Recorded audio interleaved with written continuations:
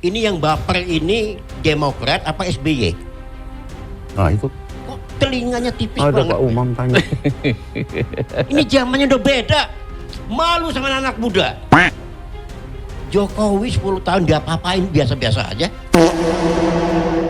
Baper itu. Saya jawab ya. maupun Demokrat. Kita Nggak biasa-biasa ya, lame ya, ya. saya tidak biasa untuk Iya. mengkat omongan orang.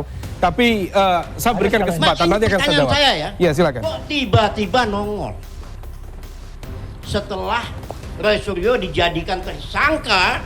Waduh. Itu ya nggak ada hubungannya tuh. Nggak ada hubungan, tapi ada hubungannya. Nggak Ini ada. format politik, jangan salah. Roy Suryo format hukum. Kalau politik, SBY punya kepentingan. Kepentingan apa? Apa? Ada anaknya AHY. Loh, waduh jauh banget ini. Jangan Sangat sekali prematur. didonder dulu Prematur. nih. Terlalu prematur dan terlalu Enggak, kita udah baca, kita sudah mengada-ada. baca. Kita tidak ya. pernah membahas itu. Jadi, Dan Pak Jokowi saya- sendiri sangat care dengan Mas AHY. Jadi kalau misal membentur-benturkan itu, Pak Jokowi satu sih prematur, sangat care. loh, sangat Dijadikan buktinya menteri Mas AHY kok dia. diberikan kesempatan sebagai Menteri Dia kan APR BPN. dijadikan menteri. Dikader, diberikan dukungan. Terhormat dibikin. Terus apa masalahnya? Terjadi perdebatan sengit antara juru bicara Demokrat dengan Termul Pentim 4 pemuja Jokowi yang lemot namun ngotot, Norman Hadinegoro, tentang tudingan Jokowi yang mengatakan ada orang besar di balik kisru ijazahnya. Relawan gak ingat umur ini selalu bicara asal bunyi dan terlihat tidak nyambung dengan pembahasan di forum diskusi. Apapun temanya, Jokowi selalu benar di mata Termul ini. Yang penting Bapak senang, relawan jadi kenyang. Ini saya bilang Pak Jokowi masalahnya tidak punya yang tipis masalah. telinganya ini Kenapa dalam siapa? frame kacamata Anda, Demokrat perspektif Anda, apa selalu ada SBY? Itu masalah? pertanyaan saya. Kita Kok ya, yang kayak gini-ginian di apa? Kasihan Hari ya ini anak-anak tampil muda. beda Umam. Oke, Karena oke. gini ya. Enggak banget Dan nih harus kita harus ya, counter kalau satu salah. basis argumen, kalau misal argumentatif kita terima, tetapi kalau basis argumen yang kemudian melebar dan itu tidak begitu judgmental, Ini akan melebar loh itu ini. yang kemudian harus kita lawan. Akan Artinya melebar ini, begini, percaya sama saya. kalau misal kemudian itu dibilang tipis, kita Gak akan mungkin tuh nama somasi YouTuber tuh minta maaf tuh gak akan Mas mungkin. Afni paham ya, Mas Afni loh. Saya menghormati Mas Afni karena bagaimanapun juga beliau memberikan ruang secara terbuka klarifikasi. Somasi itu Pak diberikan sebagai ruang klarifikasi tabayun di Kenapa situ. Anda tampilkan Kalau itu? misal kemudian itu Saya tanya, disampaikan, kenapa Anda tampilkan di itu? dalam konteks itu adalah upaya untuk melakukan ruang saling Di balik itu interaktif juga di situ. ada kelompok-kelompok Dan YouTuber kita yang kasar-kasar tidak hobi terhadap memenjarakan Jokowi. orang. Kita nggak punya hobi. Maka ruang ini bagian dari upaya klarifikasi. Sudahlah, cari panggung lah misal kalian, kemudian itu aja. nggak ada masalah. Cari Telinganya panggung yang tipis. mana? Nggak. Doesn't make sense. Gak cocok jadi pemimpin itu. Mas Umam, sorry, aku ini ya. Mas Ini Umam. konteksnya apa? Nggak bisa ini ngaco banget ini. Mas Umam, come on. Kalau Demokrat nggak usah cari Mas, panggung. itu nggak konteks ada. apa? No. Tampil beda bener Mas Umam, sekarang. Mas Umam, sorry. Anda basis argumennya agak ini Pak, agak kurang solid. Jadi Ah, itu bagian daripada oke, rakyat lah. Itu Indonesia bagian yang dari harus kita demokrasi. menilai. hargai juga. Saya hargai dan saya dengarkan dengan baik. Kupingnya atau Terlihat bahwa para pendukung Jokowi sangat tidak konsisten dalam ucapan yang membuat publik semakin bertanya-tanya tentang konsistensi dari para pendukung Jokowi yang sering menghembuskan isu miring kepada lawan politik junjungannya. Para Termul merasa bisa melakukan apapun semau mereka untuk membela Jokowi, tidak peduli dengan integritas dan kejujuran. Di mata kaum Termul, Jokowi itu sempurna dan tidak akan pernah salah. Nah, akhir-akhir ini kita ketahui bahwasannya timbul nih isu ataupun kasih namanya ijazah. Nah, ini ada apa sebenarnya? Begitu. Nah, maka daripada itu, pernyataan Anda mengatakan begini, BEM Nusantara sebut Pak. Roy Suryo dan kawan-kawan Ini gang. saya- Sebentar. Saya mau tanya dulu. Ini saya baca di Detik nih ya. Di Detik, Pak. BEM Nusantara Itu sebut statement Anda Roy atau Suryo bukan? dan kawan-kawan ganggu stabilitas politik Indonesia. Iya. Dan Anda mendukung penetapan Roy Suryo dan kawan-kawan Iya. sebagai tersangka. siap. Betul? Ya, betul, Bang. Oke, Nah, ini mau saya jelaskan. silakan. Nah, hari ini kita sama-sama ketahui bahwa kami melihat dengan isu ini mengganggu stabilitas negara. Mas Roy dan Bang. kawan-kawan Iya. mengganggu stabilitas negara. Oke. Iya, dengan isu ini. Terkhusus hari ini banyak kegaduhan di masyarakat, Bang. Bukan, pertanyaan saya begini, ketika Anda mengatakan bahwa isu ini mengganggu stabilitas politik, di mana mengganggu stabilitas politiknya? Ya, Apakah terjadi begini, Pak. hal yang membahayakan? Misalnya itu kan bayangannya seperti itu. Iya, betul. Terjadi momen lucu di Rakyat Bersuara ketika Termul Bocil sekaligus Ketua BEM Nusantara, Surdani, gagal permalukan Roy Suryo. Termul bocil ini seperti sudah dipersiapkan oleh pendukung Jokowi, Ade Darmawan, yang meminta waktu agar Surdani bisa berbicara dan menyudutkan Roy Suryo dengan mengatakan bahwa Roy Suryo dan kawan-kawan telah mengganggu stabilitas politik akibat dari polemik ijazah palsu. Tentu saja narasi itu dipertanyakan oleh Aiman dan para penonton yang mencibir akibat dari statement yang dikeluarkan sangat tidak bermutu. Nah, sekarang yang mau bicara tuh kasihan tuh. Ya, Baik, itu. saya berikan kesempatan pada BEM Nusantara, Ketua BEM Nusantara ya. Oke, Anda sempat mengatakan bahwa Mas Roy dan kawan-kawan ini mengganggu stabilitas politik, betul ya? Oke, maka penetapan tersangkanya wajar, silakan. Terus, oke baik. Pertama, kami melihat dengan isu ini mengganggu stabilitas negara. Mas Roy dan kawan-kawan mengganggu stabilitas negara, oke? Iya, dengan isu ini.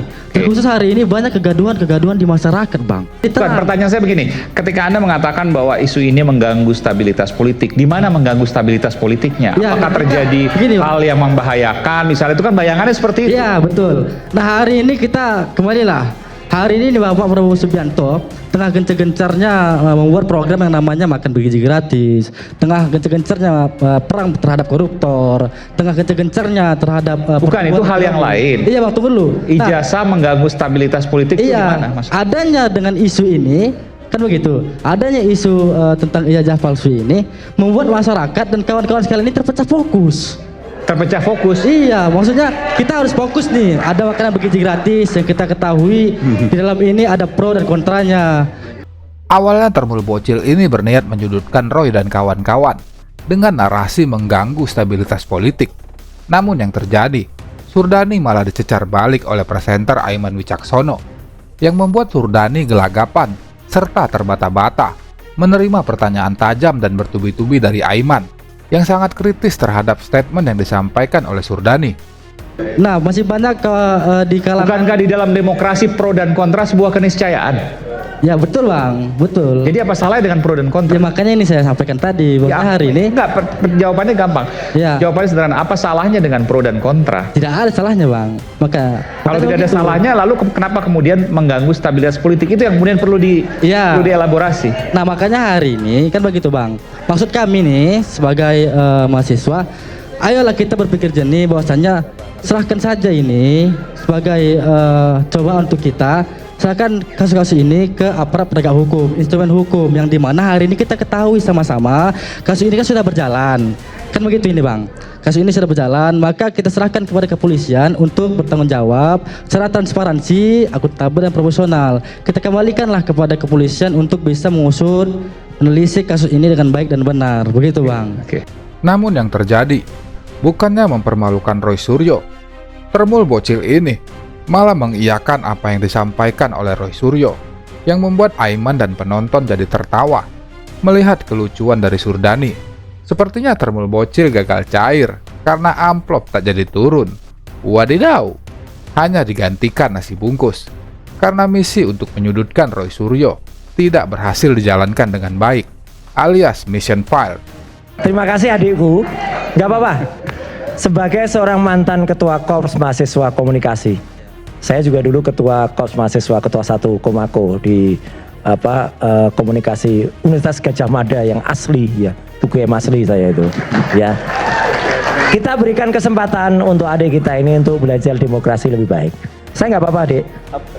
Adik Sardan, saya hormati sikap Anda, tapi mungkin akan lebih baik kalau lain kali gunakanlah kesempatan untuk berpikir dan lebih berdemokrasi. Indonesia itu tidak hanya butuh yang namanya trias politika. Iya, benar, Pak. Ya, legislatif, kemudian yudikatif, eksekutif, tapi juga butuh yang namanya saluran komunikasi publik, yaitu media. Dan inilah kesempatan kita. Iya, benar. Selaku warga negara untuk kemudian menyuarakan kritik terhadap pemimpinnya. Itulah. Enggak apa-apa, Adik. Saya sepakat. Jadi sekarang ini Anda membenarkan orang yang telah mengganggu stabilitas politik. Tidak, maksud begini. Betul. Menyampaikan sebuah kritik itu seadanya. Jangan goyang deh, jangan goyang. Bantah, jangan goyang. Menyampaikan kritik itu seadanya di Indonesia ini. Kita kan pancing Eman, bantah. Kan begitu, Bang. Nah, hari ini kita ketahui UGM telah mengakui bahwasanya ijazah ini khas. Tolong dulu Bu, Ibu. Kan begitu. Tolong biarkan dulu kesempatan dia berbicara, Bu. Biar kita nggak gaduh. Benar, betul, cocok. Sepakat? Iya, Nah, cocok. silakan, Dek. UGM sebagai kampus yang mengeluarkan ijazah itu sudah menyatakan sikap bahwasanya ini ijazah palsu, ijazah asli. Lalu ya. Termul bocil dibuat babak belur di dalam perdebatan karena tak mampu berargumentasi dan menghasilkan perdebatan yang bermutu.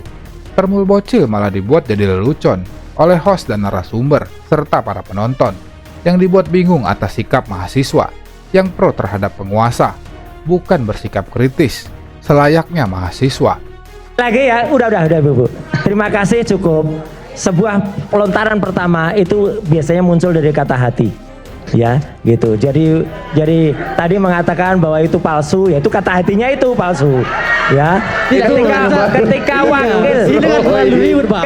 wakil rektor UGM loh ini ya berkata, Joko Widodo adalah lulusan Fakultas Kedokteran. Kok bisa salah kedokteran?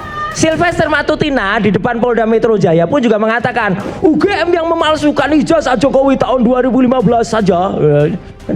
Jadi sekali lagi nggak apa-apa. Udah kita berikan tepuk tangan untuk pencairannya. Begini, Bang Ron juga tidak bisa mengklaim secara langsung seperti itu. Sama halnya seperti kemarin. Bang Suryo ada kita lihat di beberapa segmen yang sebelumnya itu ada buktinya, ada mana nanti. Sama aja ini, Mas. Kan begitu. Oke. Ya itu kan yang kemarin, Bang. Yang kita kan bicara kemarin ini. Oke. Ya kan?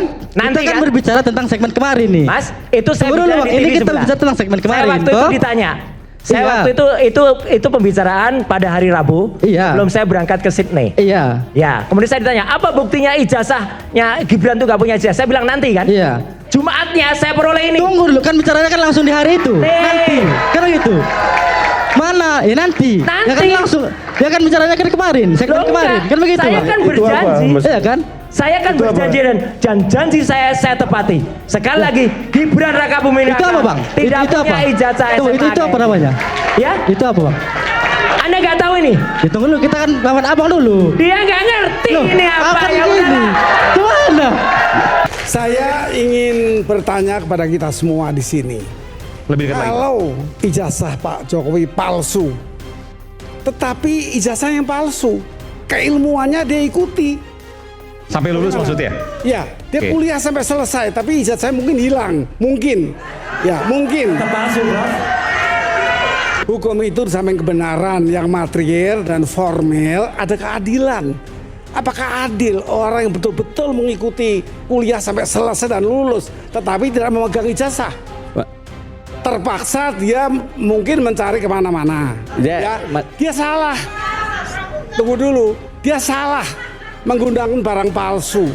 Itu. Tetapi apakah keadilan itu hanya secara formal, bendanya formal, tapi esensialnya, materialnya itu ada di kepalanya, dia tahu, dia bisa menggunakan dengan baik. Jadi, coba tolong dijawab, silakan. Profesor Kompresor pembela pejabat dan penguasa, Gayus Lumbun, kembali membuat pernyataan kontroversial yang membuat publik dan netizen bertanya-tanya saat ia mencoba membela Jokowi dari isu ijazah palsu. Gayus Lumbun memberikan pengandaian, apakah adil bila Jokowi dihukum karena ijazah palsu, dikarenakan ijazahnya hilang, namun Jokowi bisa menyelesaikan semua kuliahnya di UGM dengan baik. Tentu saja pernyataan itu membuat penonton satu studio menyoraki Gayus Lumbun. Bahkan Roy Suryo juga ikut mempertanyakan sikap kritisnya sebagai seorang profesor. Pak Jokowi wajib menunjukkan ijazahnya lewat badan publik. Pak Jokowi memilih pengadilan. Pak Jokowi memilih pengadilan. Apakah ini dan penegak hukum lainnya, Prof? Tidak janggal. Itu hak asasi pertahanan seseorang yang berbeda dengan orang lainnya. Boleh saya jawab, Mas Aiman? Sebentar, Pak. Nanti saya. Sebentar ya. Kok beda, Bro? Katakan pengadilan menang. Berapa menit sudah ganti ini? Salah satu dari dua. Saya bicara dulu, Pak Roy. Maaf, saya hilang. Ini ada prolognya soalnya, silakan. Kalau toh pengadilan menghukum atau membenarkan salah satu dari dua pihak ini, apakah akan selesai? Tadi saya katakan tidak akan. Never ending war ini, kecuali presiden menghentikan. Ini masalah negara. Ini bukan kehormatan satu orang. Ini mantan presiden, yang satu mantan menteri. Itu tokoh-tokoh pemerintahan yang sudah berkonflik. Bagi saya, untuk Indonesia Raya, seluruh kepentingan rakyat. Hentikan konflik ini. Statement kontroversi itu langsung dipertanyakan oleh Profesor Denny Indrayana dan Profesor Effendi Ghazali yang menyoroti pernyataan dari Gayus Lumbun yang dianggap tidak konsisten, seperti sedang mencari pembenaran untuk membela dugaan kejahatan yang dilakukan oleh mantan penguasa. Denny Indrayana dan Effendi Ghazali sepakat bahwa bila ada tindak kejahatan, yaitu memalsukan sebuah dokumen, maka seharusnya hukum harus mengadili orang yang telah melakukan tindak kejahatan, meskipun seorang mantan presiden, karena semua orang sama di mata hukum. Jadi kalau demikian maka itu kan semua tinggal menunjukkan, maaf ijazah saya hilang, ini saya sebenarnya punya ijazah, cuman ini loh yang saya akhirnya buat gitu. tapi kan. masalahnya kan nggak sesederhana itu sudah digunakan untuk mendaftar. Itu hal lain, tapi bahwasanya kemudian perlu menunjukkan itu kan penting di hadapan kita dan mengakui bahwa ya saya ternyata buat ijazah yang tidak sesuai. Kalau ijazah saya hilang harusnya saya minta UGM, dapat salinan atau ada cara mekanisme administratifnya lah. Tapi itu tidak dilakukan. Kan tinggal ditunjukkan. Dengan konsekuensi hukum apapun yang terjadi. Ya itu berarti ada pemalsuan dokumen. Ada pemalsuan dokumen palsu. Bahwasanya beliau diakui bahwa sebenarnya pernah kuliah dapat ilmunya, yes. Tapi apakah pidananya kemudian akan diproses karena ada dokumen pemalsuan dokumen? Ya itu satu hal yang lain lagi. Pertanyaan ya kan begitu. Pertanyaan saya Pak Prof Denny, apakah kita bisa menjudge orang hanya karena formal, nggak ada kertasnya? Tetapi esensi materialnya dia menguasai. Ya kalau bicara nurani lah ini bicara. Kalau bicara pidana kan makanya kita mau bicara apa nih? Kalau bicara pidana pemalsuan dokumen masuk dong. Dua mazhab yang berbeda. Saya bicara keadilan. Saya tidak bicara tertutup pidana. Keadilan. Adilkah orang dijudge, dihukum karena formal saja nggak punya?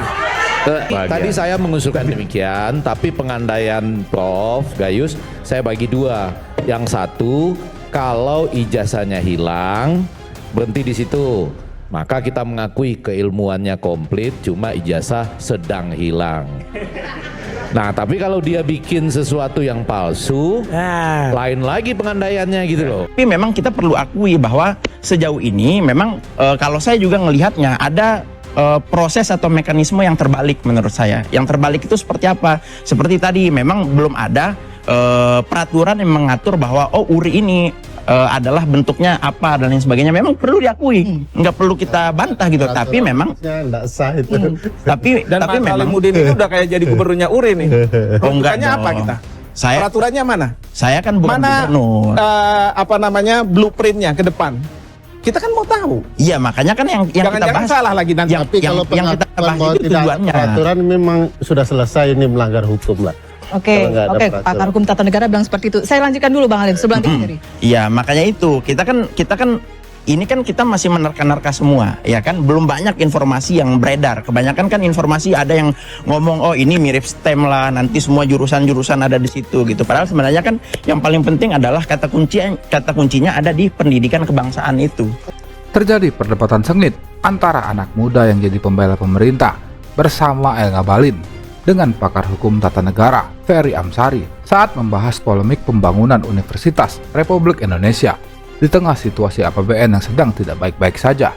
Bahkan Ferry membuat pernyataan yang menohok ketika mengkritik cara berpikir El Ngabalin yang dianggap sesat saat ngotot menjadi pembela setia pemerintah karena membela dengan perasaan, bukan berdasarkan kajian akademik yang sudah semestinya dilakukan.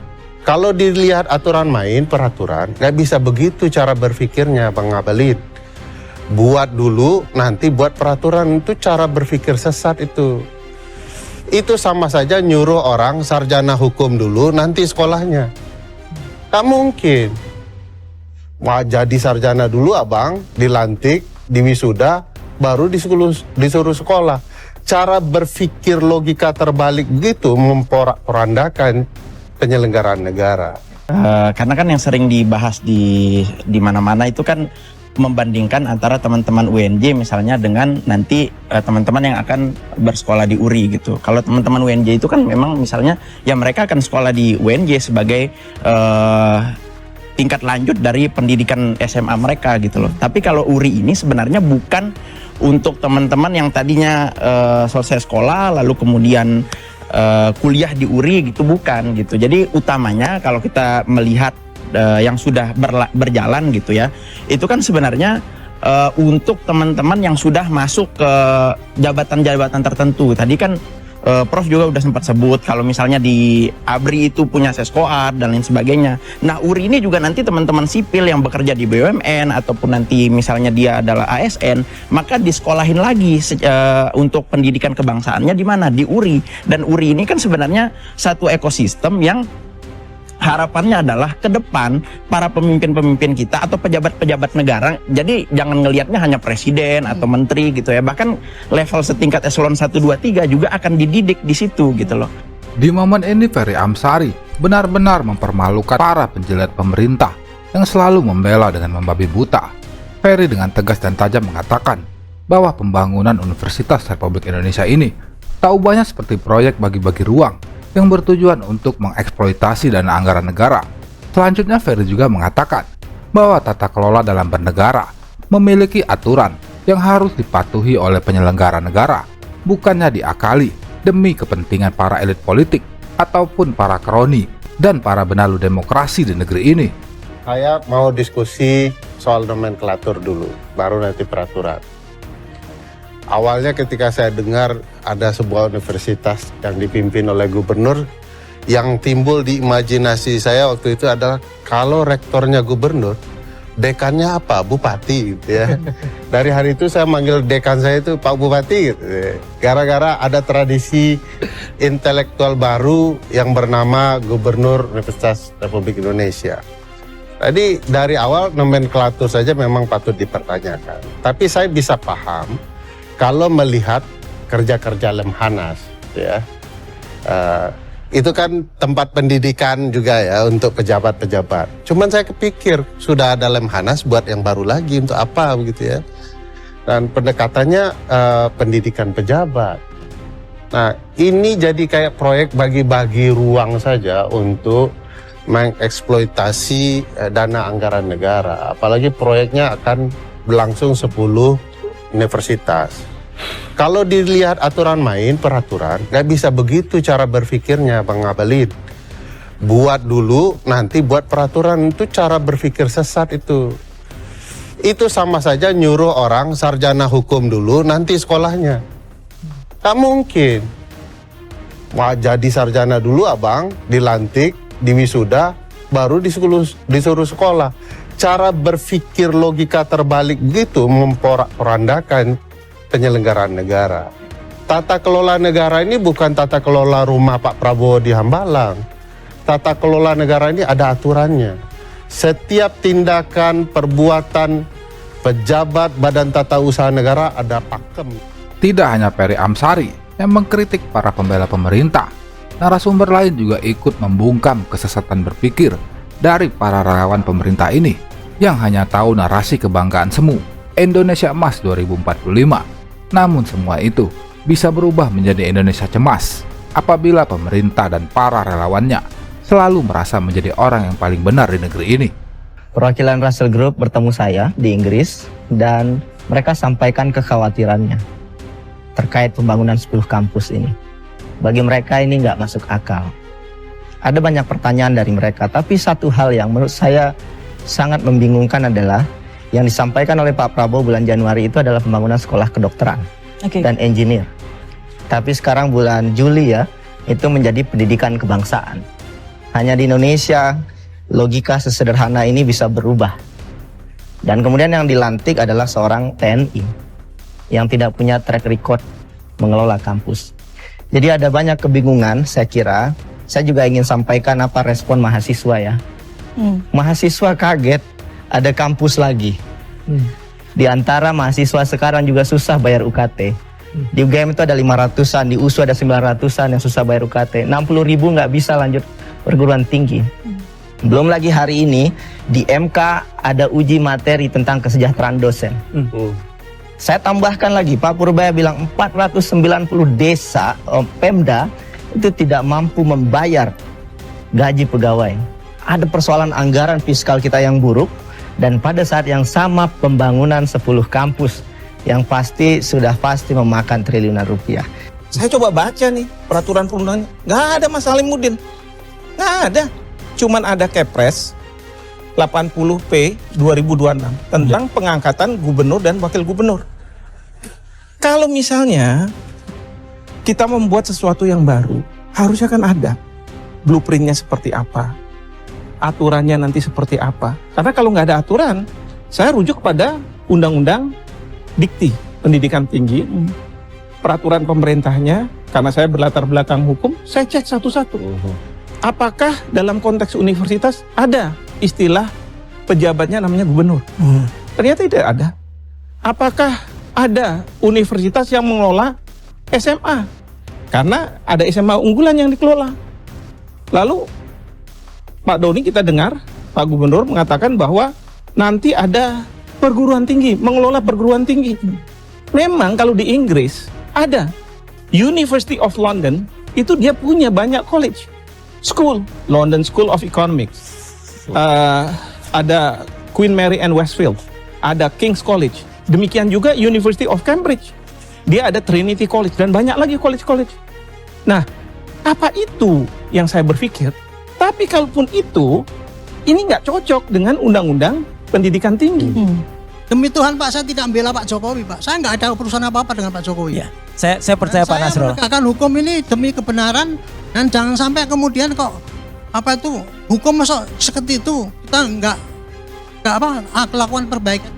Ya, Pak Nasrul, saya percaya kok Pak Haryanto insya Allah mau. Pak Haryanto rapat dengan dengan para tim Termul saja, rapat sendiri mereka aja, Pak Haryanto datang kok. Saya kan hanya pengamat Pak, nggak ngikuti penyidik itu sehari-hari gitu Pak. Enggak, Pak Solar, ini Pak, kalau saya tangkap tadi bukan hanya Bapak, bukan hanya pengamat, saya tahu saya juga staf ahli Bapak mungkin lebih mendalami masalah itu.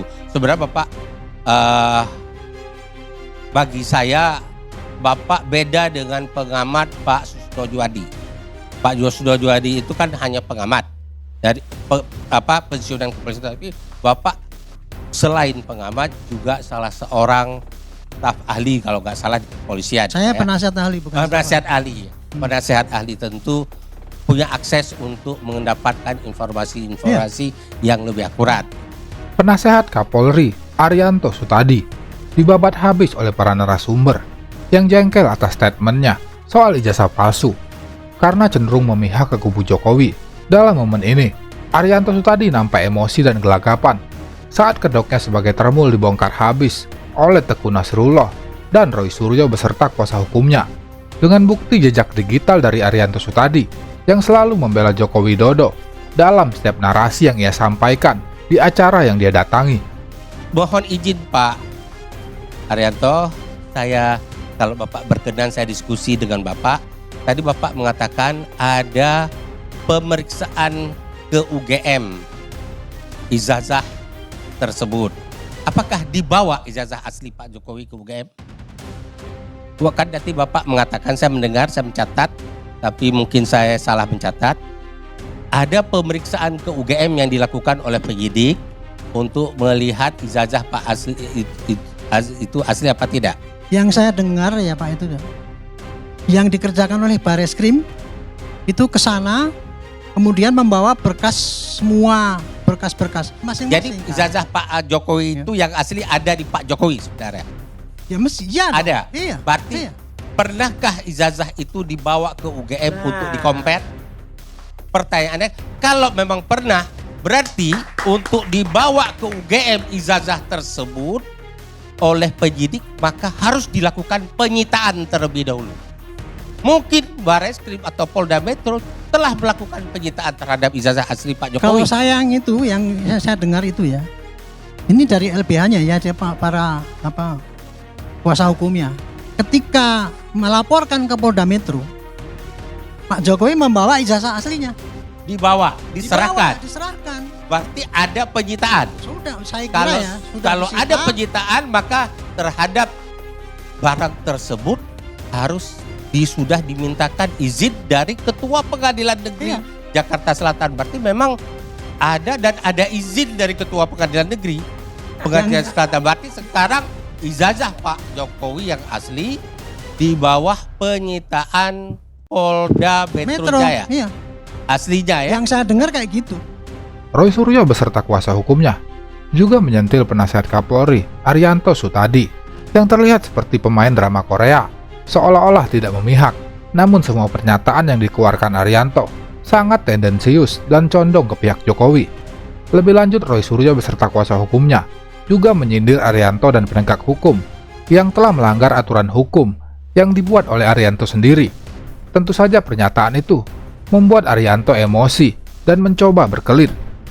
Bapak sita barang bukti, tapi tidak dikenal dalam tahap penyelidikan penyitaannya karena itu bagian dari upaya paksa. Bapak, jadi Bareskrim Polri menabrak hukum yang Bapak buat sendiri. Itu catatan kami, Pak. Makasih, Pak. Ya, Jok. Oke. Silakan. Ya.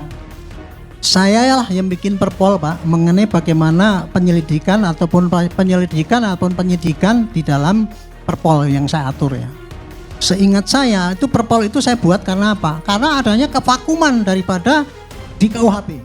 Penggunaan laboratorium forensik harus basisnya adalah penyitaan. Penyitaan itu upaya paksa, Pak. Itu kan ini ada ahli hukumnya kok. Itu kan penggunaan upaya paksa itu hanya bisa dilakukan di tahap penyidikan, Pak. Jawaban saya. Ya. Itu yang puslapor digunakan untuk penyidikan. Maka bunyinya harus pakai LP, ada pakai apa surat perintah dan sebagainya. Karena itu kalau untuk penyidikan. Tetapi Pak, untuk penyelidikan tidak ada aturannya, Pak. Nggak boleh pakai dalam perpol yang Bapak buat dijelaskan secara clear, tidak bisa lagi ditafsirkan lain bahwa penggunaan laboratorium forensik untuk mendukung penyidikan berbasis pada penyitaan barang bukti. Clear, itu Bapak buat sendiri loh, Pak. Oke itu lah. Yang cacat formil, Pak, dan itu menabrak aturan yang Bapak buat sendiri. Cacat formil Anda gugat di mana silakan ya. Tapi itulah. Ini saya baca aturan yang Bapak buat sendiri dan saya bandingkan dengan apa yang diatur di dalam KUHP. Di dalam KUHP kan upaya paksa itu penyitaan, penggeledahan, penangkapan, penetapan tersangka, ini kalau kita penangkapan, penahanan. Iya. Gitu, Pak. Nggak akan selesai, Pak, sampai besok. Gitu. Saya teruskan itu. Intinya saya ya nggak selesai, Bang, yang bikin aturan dilanggar sendiri. Oke. Pak Roy jangan sok-sokan gitu ya, Pak ya. Jangan suka motong gitu ya, Pak. Saya nggak motong, saya hanya komentar kok. Tolong yang kayak dikit lah. Bapak kalau komentar ya, dikit lain juga ngaco gitu kok. Cukup. Boleh-boleh aja. Kayak gitu. Sama, Pak. Ya cukup. Saya tuh mencoba sabar, Pak ya. Saya mesti ingat bahwa kita tuh negara yang beradab gitu. Ya cukup. Ya. Tunjukkan wayang terus ini seperti Raja Jawa dan sebagainya ini itu bisa dimasukkan dalam delik pencemaran, penghinaan. Wah. Ya itu umumnya kayak gitu penafsiran. Setuju. Ini. Ya, gitu. Jadi itulah sayangnya ya pada publik saya bisa saya bantah nggak? Saya sampaikan. Nanti saya berikan kesempatan. Oke. Saya tidak mau bantah. Saya hanya menyampaikan kepada publik kesempatan ini karena saya tidak pernah mempunyai kesempatan. Disitulah saya yakin bahwa ternyata disinilah letaknya rakyat itu tersesatkan dengan penerangan-penerangan daripada mereka itu yang menuduh ini. Saya harus ngomong ini pada masyarakat ya. Lupa saya tadi. Saya duduk di sini bukan saya belain Pak Jokowi. Demi Tuhan tidak. Saya hanya menjelaskan kebenaran yang di lapangan. Saya kasihan pada ibu-ibu yang dibohongi oleh mereka itu. Oke. Itu. Tuduhan serius ini. Fitnah itu, Pak. Fitnah ini. Anda menuduh. Fitnah ini. Saya nggak mau dipotong ya. Loh, nggak mau dipotong, tapi kalau saya tidak mau dipotong. Ngawur gitu ya nggak boleh. Saya tidak mau dipotong. Anda nggak boleh ngomong ngawur gitu. Oke. Nanti saya berikan kesempatan. Ini bukan fitnah, udah diproses penyidikan, udah naik. Udah. Nanti nggak boleh ngawur gitu. Nanti saya berikan kesempatan, Mas Roy. Silakan, Pak. Penasehat Kapolri Arianto Sutadi kembali membuat pernyataan yang terbalik dalam kasus ijazah palsu Jokowi. Penasehat rasa relawan ini sering berkata dia tidak sedang membela Jokowi, namun faktanya berkata lain. Terlihat dari statementnya yang selalu memojokkan Roy Suryo dan kawan-kawan. Bahkan penasehat Kapolri ini berdebat dan juga menuding Roy Suryo CS berbohong, yang semestinya tidak dia lakukan. Arianto Sutadi bahkan sampai mengatakan orang-orang yang berdebat dengan dia adalah keledai. Pak Arianto, jujur sekarang, ijazah pembandingnya mana? Ditampilkan nggak oleh Bareskrim? Jawab.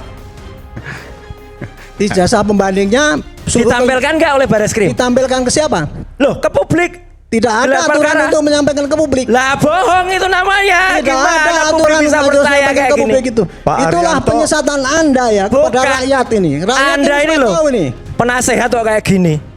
Anda itu mantan dokter. Makanya nggak lulus tes KPK. Nggak Ya, bisa. karena LHKPN-nya bohong. LHKPN bohong, aku nggak. Oke, jangan. Aku nggak, LHKPN bohong. Ini orang ini nggak waras ini. Iya. Bang silakan. Orang ini pernah daftar KPK tidak lulus karena LHKPN-nya menipu. Pribadi, Bohong. ini pribadi. Orang ini orang nggak waras. Ini pribadi. Tapi Saya akui kan. Jangan kemudian kita masuk ke dalam kebisingan ini lalu mencoba untuk mengadu domba keharmonisan yang sebenarnya masih terjalin dengan baik antara Pak Prabowo dan juga Mas Gibran. Jadi jangan juga kita nih sebagai generasi muda mau untuk diarahkan atau digiring opini kita mendukung pemikiran-pemikiran generasi tua yang kolot. Generasi tua yang kolot. Anda Gibranku, Anda baca nggak proposal Indonesia 3 hari lalu di sidang ILO di Geneva?